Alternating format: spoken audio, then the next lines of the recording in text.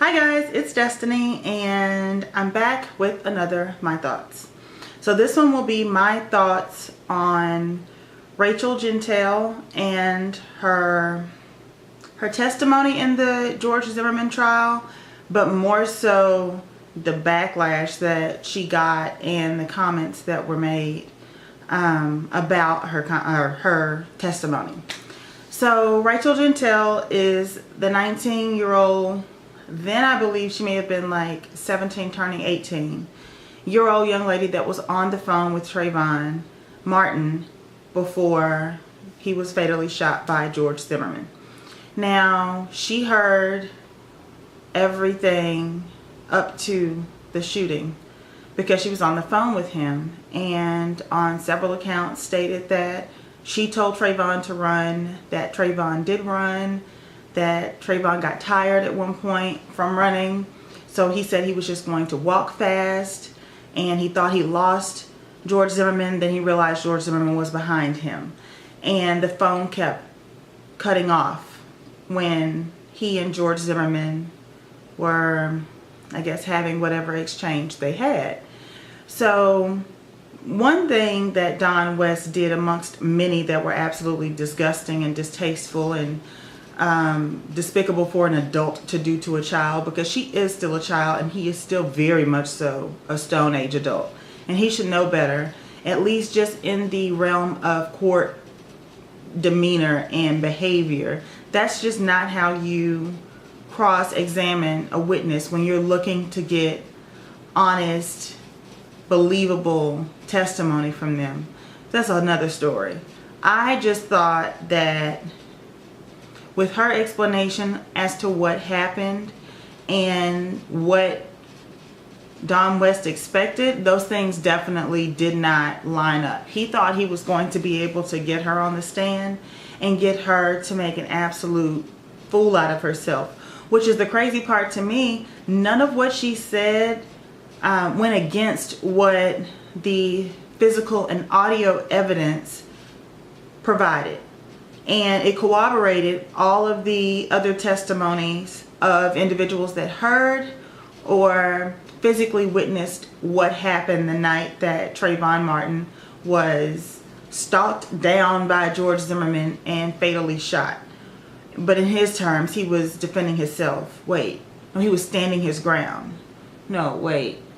Trayvon was trying to break into something. He's changed his story so many times that it's despicable, but to be completely honest, I don't think that Florida is going to get this right. And the sad part about that is they are going to hand him over for street justice versus justice carried out by the legal system.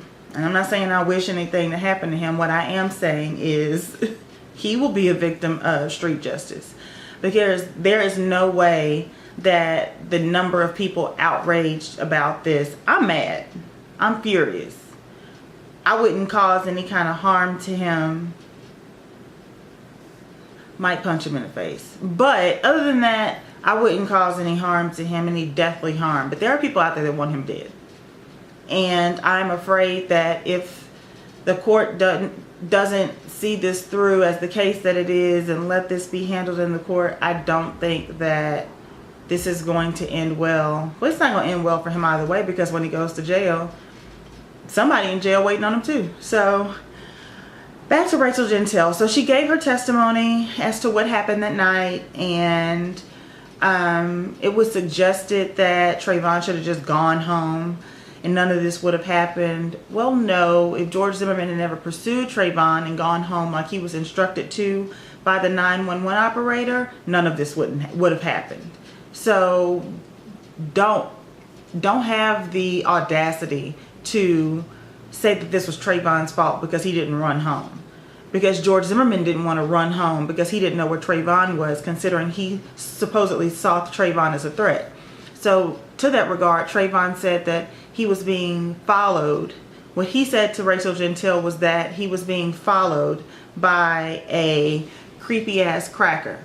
Those were his words that Jeantel said in her testimony.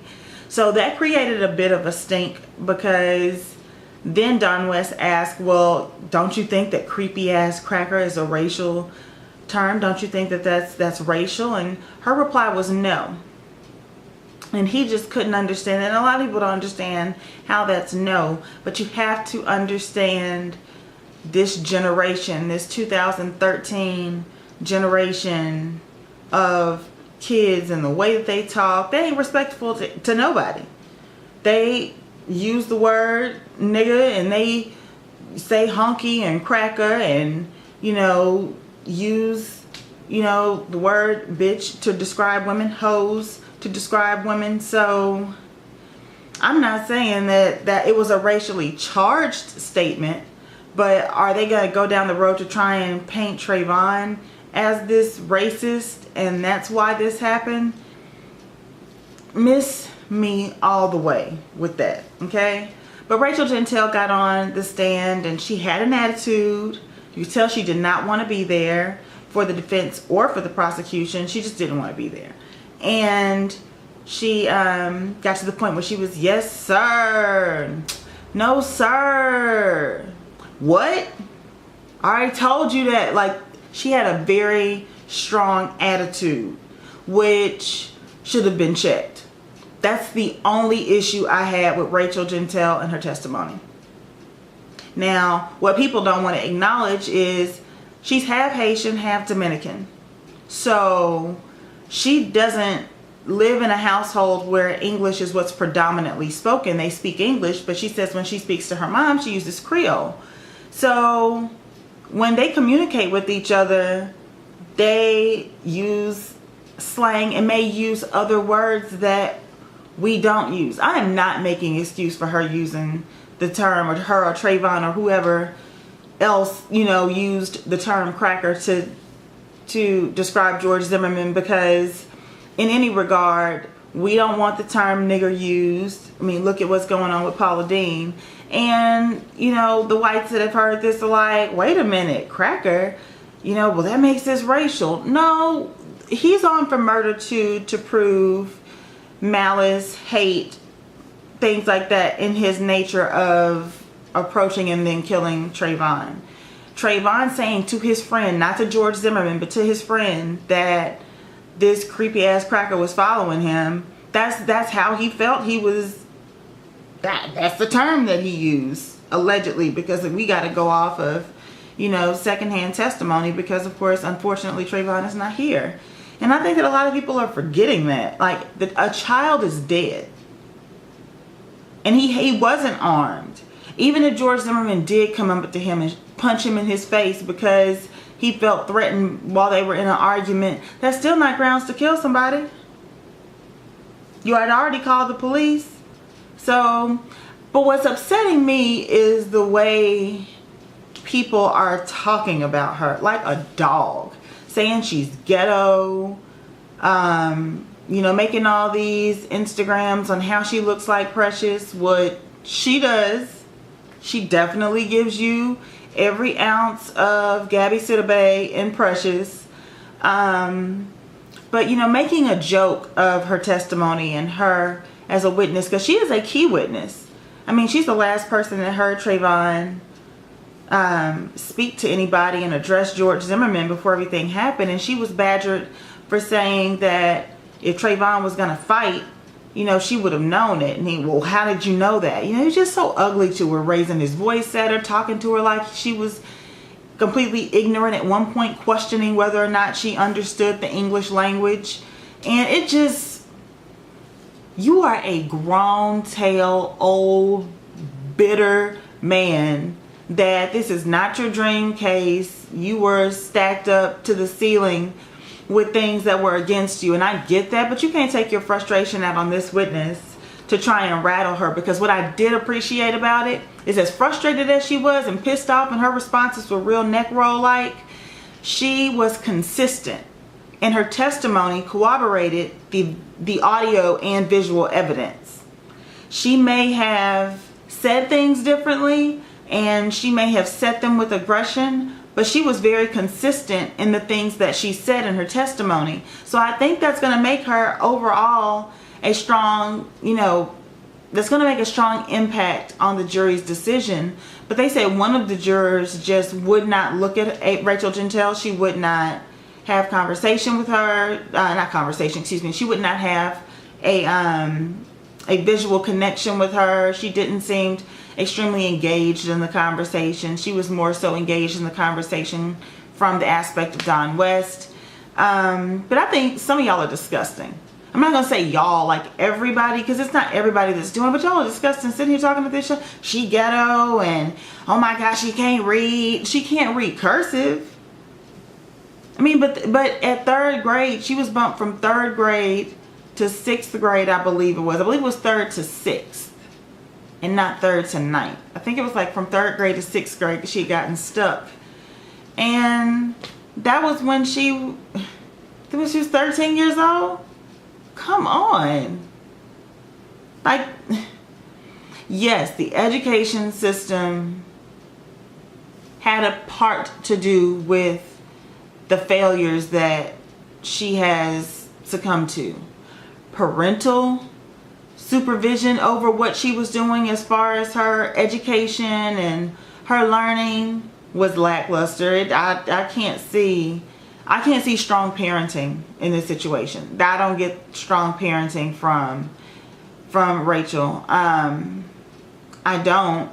But the way that everybody went at her and attacked her, I mean, how excited would you be to sit in the room with the man that murdered your friend? That was not her boyfriend, y'all. They keep calling her his girlfriend. She was a female companion of his. But I don't know if Don West doesn't realize that they have a language barrier, not from the English aspect. They have a language barrier from the generational aspect. Like, they are just from two total different ends of the spectrum. What they needed to do is get a translator that, like they did for the young lady, I believe her last name was Mara, I think. I can't get her name right, but the Hispanic young lady who gave her testimony as to what she heard and saw the night that Trayvon was shot. They needed a translator, and that translator needed to be able to convert the conversation from old English, old decrepit English, somewhat bigoty, to 2013 Haitian Dominican teen, because they were speaking two totally different languages. There's a great deal of frustration with me because people are acting like they don't have laid back friends conversation. She just had never been on the stand before. She doesn't have a great deal of respect for authority. You can tell that. But how much respect would you have if somebody talking to her like Don West did? So when Judge Nelson excused her from court, she said, "Yes, ma'am." Like, that was the first time I saw her have kind of an uppity smile to herself. She was ready to go. They kept her on the step for 6 hours. I would have been ready to go too. So they are subject to call her back. I'm pretty sure they will call her back, but I don't know, man.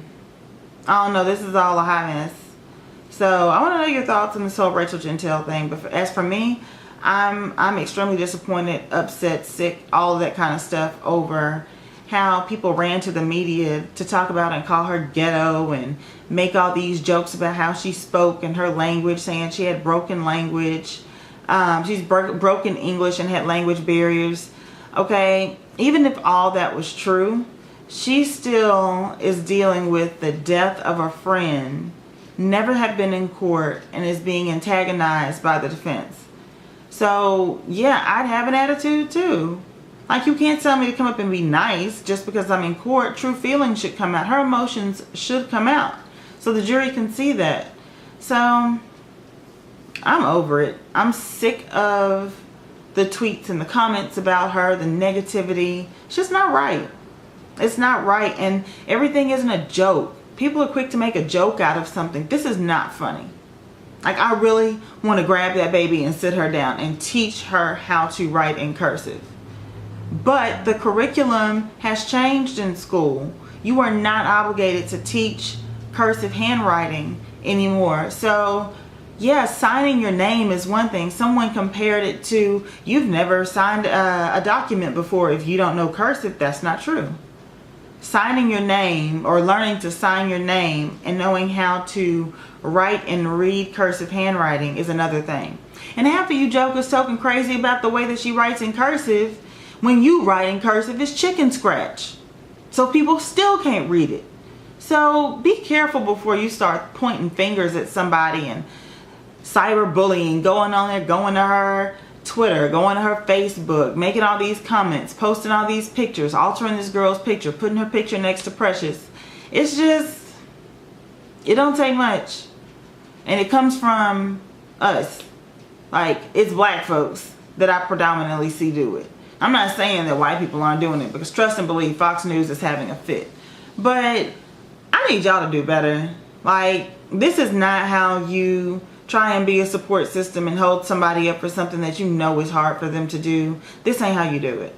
So I want to know y'all's thoughts. What do you think about the way Rachel Jeantel had been treated and her testimony? Do you think that it was damning, or do you think that it will bear weight in favor of the prosecution? I'm interested to know. But I love you guys, and I'll talk to you later. Bye.